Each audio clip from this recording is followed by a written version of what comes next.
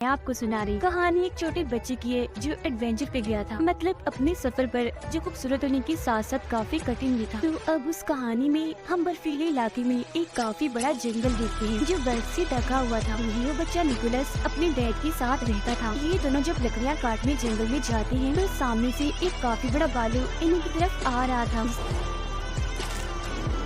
देखकर ये दोनों काफी डर जाते हैं और भागकर वापस अपने घर आ जाते हैं। तब निकोलस अपने डैड को कहता है, चलिए पापा आज मुझे कोई कहानी सुनाए जो बहुत मजे की। तब उसके डैड उसे उसकी मॉम की ये कहानी सुनाती है कि काफी सालों पहले तुम्हारी मॉम ने इन बर्फीली चोटियों को पार किया। वहाँ 2 सोते हुए मॉन्स्टर थे जो दरअसल पहाड़ ही थे। तुम्हारी मॉम उनके बीच से निकल कर दूसरी तरफ गई जहाँ एक अलग ही नस्ल के लोग रहते हैं जिन्हें एल्फ्स कहा जाता है। और वो एल्फ्स का गाँव था जिसका नाम एल्फिम था। एल्फ्स दरअसल होती तो इंसान ही है, बस उनकी शक्ल सूरत थोड़ी सी अलग होती है। मतलब उनके कान थोड़े सी नुकीले और लंबे होते हैं। वो एल्फ्स लोग कोई आम नहीं थे बल्कि उनके पास जादुई शक्तियाँ थी। उन्होंने तुम्हारी मॉम के साथ काफी अच्छा बर्ताव किया, काफी अच्छे से उनका वेलकम किया। और फिर जब तुम्हारी मॉम वापस लौटी तो उनके पास बहुत सारी चॉकलेट्स और खिलौने थे जो आसपास के लोगों में हमने बांट दिए, जिससे हर तरफ खुशियाँ फैल गई। इसी दौरान उन्होंने कमरे में किसी जानवर की होने का एहसास होता है। तब उसके डैड उस जानवर को मारने के लिए कुल्हाड़ी उठाकर उसे ढूंढने लगते हैं, मगर देखते हैं कि वो जानवर तो एक छोटा सा चूहा है जिसे मारने की उसके डैड बहुत कोशिश करते हैं, मगर हर बार वो बचता रहता है। जिसके बाद वो चूहे को निकोलस के कहने पर छोड़ देती क्योंकि वो छोटा सा चूहा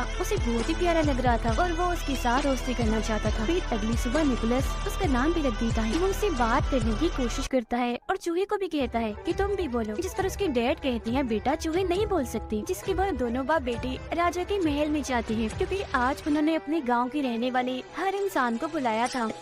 सभी को बताते हैं कि मैंने उम्मीद के साथ साथ जीने का मकसद भी खो दिया और जो इंसान मुझे उम्मीद के साथ साथ जीने का मकसद लाकर देगा तो उसके बदले में मैं उसे माला माल कर दूंगा। अब जो उसके डैड से मिलने आते हैं और उन्हें अपने साथ चलने का कहते हैं, इसलिए वो एल्फिम गांव को ढूंढेंगे और राजा के दिए हुए इनाम से अमीर हो जाएंगे। तो अब अपने सारे हालात गरीबी को देखकर उसके डैड भी उनके साथ जाने के लिए मान जाते हैं। ये बात जब वो निकोलस को बताते हैं तो वो उदास हो जाता है, मगर वो उसे तसल्ली देते हुए कहते हैं, मैं वादा करता हूँ बेटा 7 से 8 दिन में मैं वापस आ जाऊंगा। और रात बाहर ही गुजारता है। अब काफी दिन हो गई थी मगर अभी तक उसकी डैड वापस नहीं आई थी, जिससे वो भी अब अपने डैड के वापस आने की उम्मीद खो चुका था। उसे लग रहा था कि कहीं उसके डैड के साथ कुछ हो ना गया हो। फिर अब खाना नहीं बनाई थी तब वो जल्दी से टोपी लेकर बाहर आता है और बर्फ में उसे लगाकर आग बुझा देता है। वो देखता है कि टोपी पर एक नक्शा बना हुआ है और ये नक्शा बिल्कुल वैसे था जैसे उसके डैड ने उसे कहानी सुनाई थी, जिससे वो समझ जाता है कि उसकी मॉम की कहानी सच्ची थी। एल्फिम का गांव सच में पाया जाता है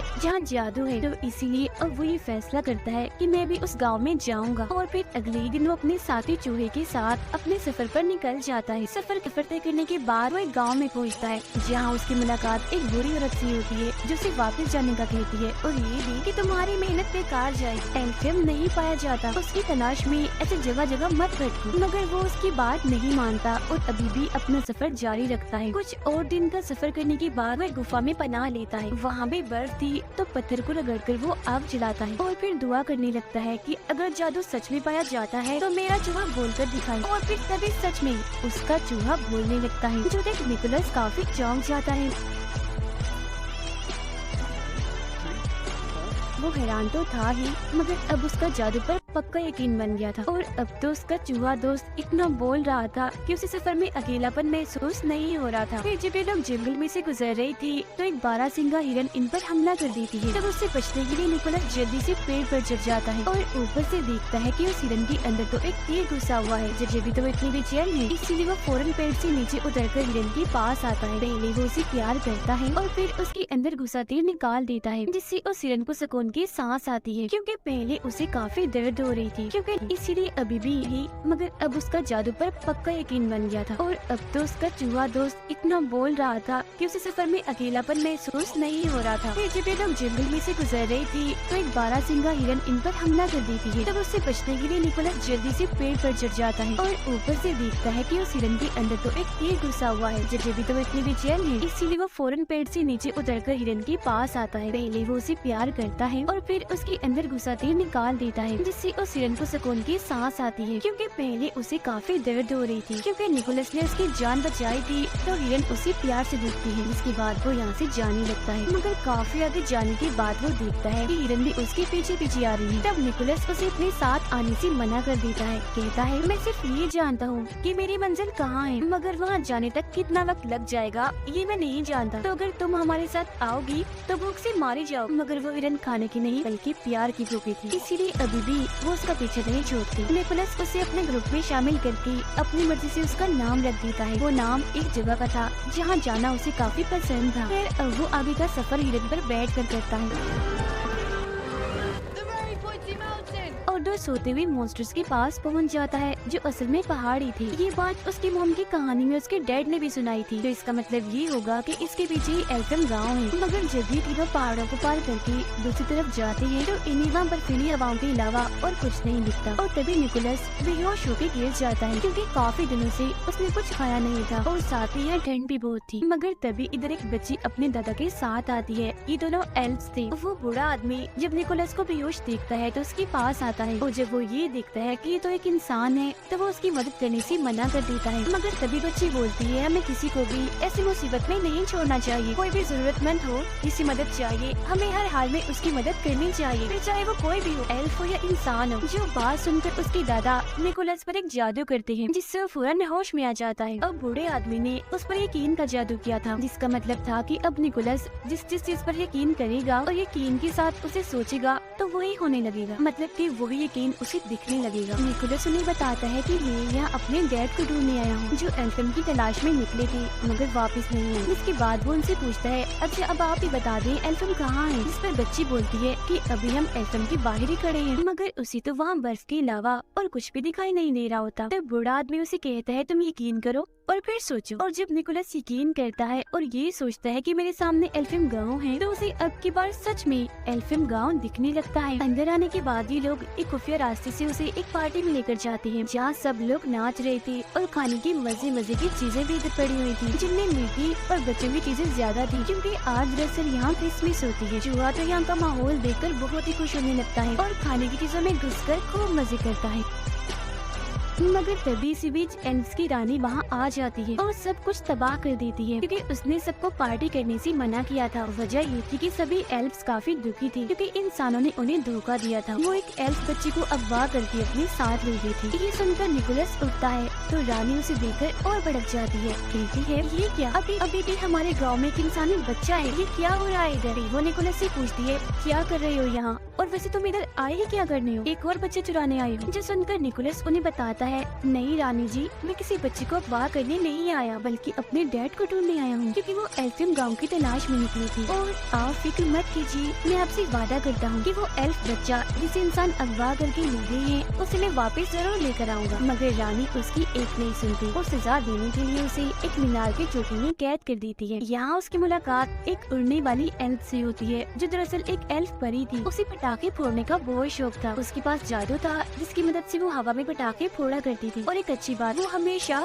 सच बोलती थी। और निकोलस उसे बताता है कि मेरी मॉम भी यहाँ एल्फम आई थी, उनके साथ तो यहाँ के लोगों ने बहुत अच्छे से सलूक किया था, काफी अच्छे से उनका वेलकम किया था। मगर रानी ने तो मुझे यहाँ इस मीनार में कैद कर दिया है और मुझे अपने डैड को ढूंढना है, तो प्लीज मेरी मदद कर दो ना यहाँ से निकलने में। इस पर वो मान जाती है। मगर तभी इधर एक काफी बड़ा मॉन्स्टर आ जाता है, जो पहले सो रहा था और अब इन दोनों की आवाजों से उसकी आँख खुल गई थी। वो जैसे एक इंसान इन निकोलस को यहाँ देखता है तो उसे पकड़ लेता है, क्योंकि वो उसे खाने का सोच रहा था, जो देखकर तो निकोलस की हालत खराब हो जाती है। तो वो परी एल्फ उसकी जान बचाने के लिए मॉन्स्टर के मुंह में एक जलता हुआ पटाखा डाल देती है, जिससे वो मॉन्स्टर किसी गुब्बारे की तरह फट जाता है और वो निकोलस को लेकर यहाँ से उड़ जाती है। वो दोनों फिर एक घर की छत पर आके गिरते हैं। ये आ गई थी, जिस पर निकोलस और एल्फम परी बैठकर यहाँ एल्फम गाँव से निकलने लगती। जिस दौरान गार्ड भी उनका पीछा कर रही थी। जब उनका ध्यान भटकाने के लिए एल्फ परी बार बार पटाखे फोड़ने लगती है, मगर जब वो देखती है कि बाहर जाने का दरवाजा बंद हो रहा है तो वो खुद अंदर ही रुककर निकोलस को यहाँ से भगा देती।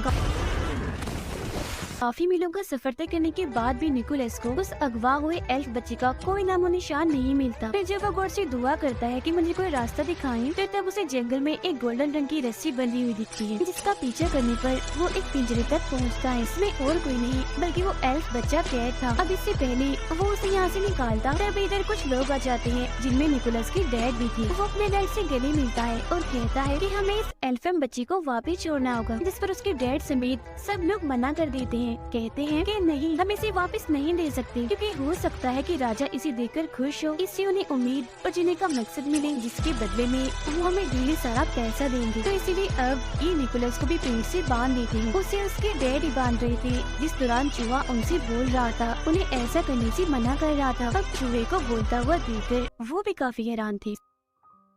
सबके सोने के बाद उसके डैड उसके पास आते हैं और वो निकोलस के साथ साथ उस एल्फ बच्चे को भी पिंजरे से आजाद कर देते हैं और बताते हैं कि उन सबके सामने मैं तुम्हारी मदद नहीं कर सकता था, इसीलिए मैंने तुम्हें बांध दिया था। अब इससे पहले वो यहाँ से निकलते सारे लोग जाग जाते हैं और तीरों से उन पर हमला कर देते हैं। अब हिरन के ऊपर निकोलस और वो एल्फ बच्चा बैठा हुआ था। हिरन के पीछे एक बग्घी बंधी हुई थी, जिसमें उसके डैड बैठे हुए थे, जिस वजह से हिरन तेजी से नहीं दौड़ पा रही थी। तभी निकोलस को याद आता है कि मुझ पर तो यकीन का जादू हुआ है, इन्हें मैं जो भी यकीन करके सोचूंगा वो पूरा हो जाएगा। तो वो हिरन पर हाथ रखकर उसे उड़ने का कहता है। हिरन थोड़ा सा ऊपर उठती तो है, मगर वजन ज्यादा होने की वजह से वो काफी ऊपर नहीं उड़ पाती और वापिस से नीचे आ जाती। ये देखकर उसके डैड अपने बेटे निकोलस की जान बचाने के लिए अपनी बग्घी की रस्सी काट देते हैं और जाकर एक खाई में गिरते हैं, जिससे उनकी मौत हो जाती है। तो ये देखकर एल्फम की सारे लोग काफी खुश हो जाती हैं और उस बच्चे का डैड निकोलस को ढेर सारे खिलौने देता है, जिससे उसे बहुत खुशी मिलती है। मगर खिलौने सीधा आता है राजा के महल में, जहाँ राजा काफी उदास थे। वो राजा को खिलौनों की सूरत में खुशी और उम्मीद की किरण दिखाता है, जिसके बाद राजा और निकोलस हिरन पर बैठकर सब बच्चों के घर जाते हैं और उनके पास खिलौने और चॉकलेट्स कैंडीज रखते हैं, क्योंकि जब बच्चे सुबह उठकर अपने खिलौने देखकर खुश होंगे तो बच्चों की वो खुशी राजा के लिए उम्मीद की किरण होगी। सब बच्चों को खिलौने बांटने के बाद राजा निकोलस से कहते हैं कि मेरे लिए काम करो, हर साल ऐसी तुम्हें खिलौनों की सूरत में बच्चों को खुशियाँ और उम्मीद देनी होगी और इस काम में मैं भी तुम्हारा साथ दूंगा। और साल का वो दिन होगा क्रिसमस का दिन, जिस पर वो मान जाता है। इसके बाद निकोलस की प्यारी सी कहानी इधर ही खत्म हो जाती है, जो सुनकर वो तीनों बच्चे काफी खुश हो जाते हैं। ये नहीं शुरुआत वाले जिन्हें बूढ़ी औरत कहानी सुना रही। फिर जब वो नीचे आते हैं तो देखते हैं कि उनका पूरा घर क्रिसमस की लाइट्स और पेड़ों से सजा हुआ है, जो देखकर उन बच्चों की खुशी का तो कोई ठिकाना ही नहीं रहता। फिर जब वो बूढ़ी औरत बाहर जाने के लिए अपनी टोपी पहनती है तो बच्चों को उनके बड़े से नुकीले से कान दिख जाते हैं, जो देख वो समझ गई थी कि ये भी एक एल्फ ही थी। अब बाहर जाकर वो बूढ़ी औरत आसमान में अपने जादू से पटाखे फोड़ने लगती है, जो देख हम समझ जाते हैं कि ये और कोई नहीं बल्कि एल्फ परी है, जो सच बोला करी।